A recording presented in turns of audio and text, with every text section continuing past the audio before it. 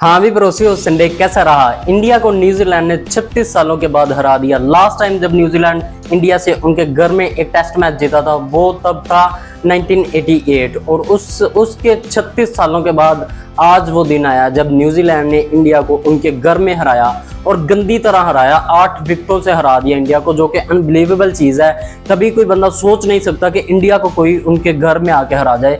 पाकिस्तान के बारे में ये चीज़ें तो आम है, कोई भी बंदा इसको इमेजिन कर सकता है, सपोज कर सकता है, इवन ये तो रियलिटी है। लेकिन इंडिया के बारे में ये सब कहना और ये सब रियल में हो जाना बहुत ही एक अनबिलीवेबल चीज़ है, जो कि इंडिया ने कोलैप्स किया था। वो ये मैच जीतना डिजर्व करते भी नहीं थे। जहां पे 46 स्कोर पे न्यूजीलैंड ने इंडिया को ऑल आउट कर दिया था, वहां से न्यूजीलैंड डिजर्व करता था ये टेस्ट मैच जीतना। एक स्टैट में पढ़ रहा था जब लास्ट टाइम न्यूजीलैंड इंडिया से मैच जीता उनके घर में, तब रोहित शर्मा 1 साल का था, सचिन रविंद्रा है ही नहीं था और भी कई ऐसे मामला थे जो कि दुनिया में थे ही नहीं। मतलब आज से 36 साल पहले इतना लंबा अरसा और उसके बाद आके न्यूजीलैंड उनके घर में इंडिया से ये मैच जीता। वैसे इंडिया की तारीफ बनती है, इंडिया के कुछ प्लेयर्स ऐसे हैं, ऋषभ पंत देख लें, सरफराज अहमद देख लें, सरफराज अहमद या सरफराज खान जो भी है, उस बंदे ने बहुत ही कमाल बैटिंग की। आप उसकी बैटिंग देखें तो यार अच्छा। एक और चीज़ जो हमारे पाकिस्तानी कहते हैं कि हमारे प्लेयर्स का पेट निकला हुआ है, इनसे इसलिए परफॉर्म नहीं होता ये वो, लेकिन इसमें एक और चीज़ अजाफी है। वो आप देखें सरफराज का, उसका भी पेट निकला हुआ है, ठीक ठाक मोटा वो फ्लफी बंदा है, लेकिन उस बंदे ने फिर भी गेम के लिए 150 स्कोर किया। उसमें मैच अवेयरनेस है, उसको मैच खेलना आता है, उसको क्रिकेट खेलनी आती है।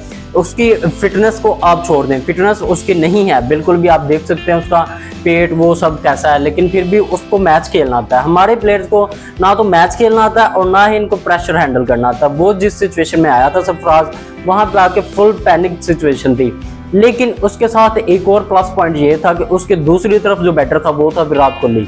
और विराट कोहली जो था वो उस टाइम जब सरफराज और विराट दोनों खेल रहे थे एट अ टाइम, तब विराट सारा प्रेशर अपने ऊपर ले रहा था, वो चार्ज भी खुद कर रहा था और सरफराज को कह रहा था कि तू अपनी मर्जी के साथ खेल। और दूसरी तरफ जब रोहित शर्मा और जायसवाल दोनों खेल रहे थे, तब रोहित ने चार्ज लिया हुआ था और वो जायसवाल को फ्री हैंड दिया हुआ था कि तू अपनी मर्जी से रिलैक्स होकर खेल, सारा प्रेशर मैं हैंडल कर लूंगा, सारी जो भी चार्ज करना होगा, जो सब कुछ रन्स बनाने होंगे वो मैं बना लूंगा, तू रिलैक्स होकर खेल।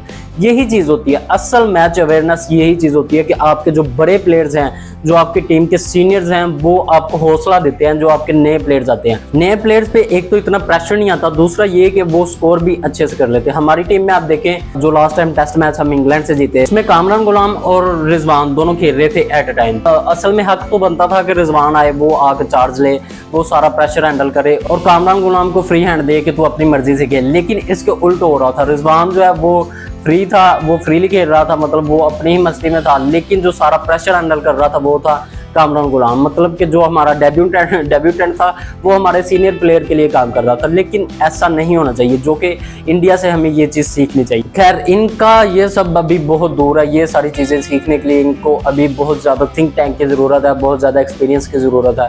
बात करते हैं इंडिया और न्यूजीलैंड के टेस्ट की, जो कि इंडिया ने पहले अच्छा तगड़ा कमबैक कर लिया था। मतलब लग नहीं था रहा कि ऐसे इंडिया कमबैक कर लेगा, क्योंकि कोई 400 स्कोर की लीड थी, 400 मतलब 300 स्कोर की लीड थी, 400 कर लिया था न्यूजीलैंड ने। तो उसके बाद जब इंडियन टीम आई, उनके भी 400 स्कोर हो चुके थे और 2-3 आउट से सिर्फ 3 आउट थे। 408 स्कोर पे शायद 2-3 आउट थे। और उसके बाद इन्होंने इतना गंदा कोलैप्स किया कि 408 स्कोर पे इनके 2-3 आउट थे, 364 स्कोर पे 8 आउट हो गए और उसके बाद सारी की सारी टीम आउट हो गई। इतना गंदा कोलैप्स, और इतने गंदे कोलैप्स के बाद आप क्या ही डिजर्व करते हैं मैच जीतना, क्योंकि ये ऐसा मैच था कि जहाँ पे आपको 300 स्कोर पहले उनका जो वो उतारना था, उसके बाद आपको खुद लीड करनी थी। तकरीबन 200 स्कोर ऊपर होता तो फिर शायद इसमें कुछ चांस था इंडिया का, क्योंकि जैसी जसप्रीत बुमराह की बॉलिंग है, 200 स्कोर होता तो ये डिफेंड कर लेते। एक ही दिन था आज का, इसमें इन्होंने वो स्कोर डिफेंड कर लेना था, लेकिन ऐसा ना कर सके।